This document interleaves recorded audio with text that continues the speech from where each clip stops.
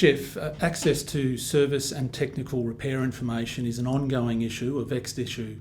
Where are we at right now? Look, David, it is an issue that's been going on for at least a decade, and as cars become more technically able, the information is harder to get for independent repairers in particular. However, this isn't an issue that's supposed to divide independent repairers and dealerships. It's a whole of industry issue and a consumer issue about getting the right to repair and the capacity to repair their car through accessing the right information. Currently, there is a code that's been developed by the industry, and in our case, led by the Motor Trades Association of Australia and VACC and the other MTAs around the country.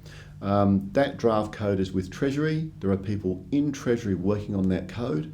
This government's committed to it, and so is the opposition. I've got a letter from the opposition that says that if they get into power, they'll pull this through as a key priority.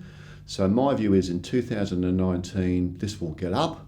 It's got to be fair, it's got to be equitable, but it's got to be good for the industry as well.